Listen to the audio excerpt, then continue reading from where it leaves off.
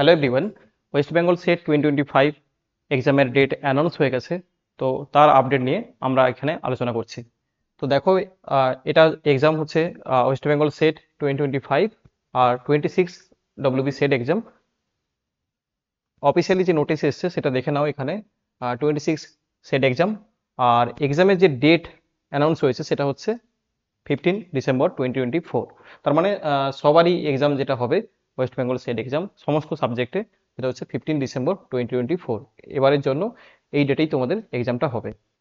আর এটা নোটিশটা যেটা হয়েছে অফিসিয়ালি সেটা হচ্ছে কত, আজকেই নোটিশটা রিলিজ হয়েছে 12/7/2024।